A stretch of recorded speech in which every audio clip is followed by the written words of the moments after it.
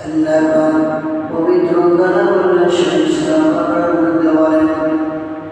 কাইফা তাকফুরুনা বিল্লাহি ওয়া কুনতুম আমওয়াতান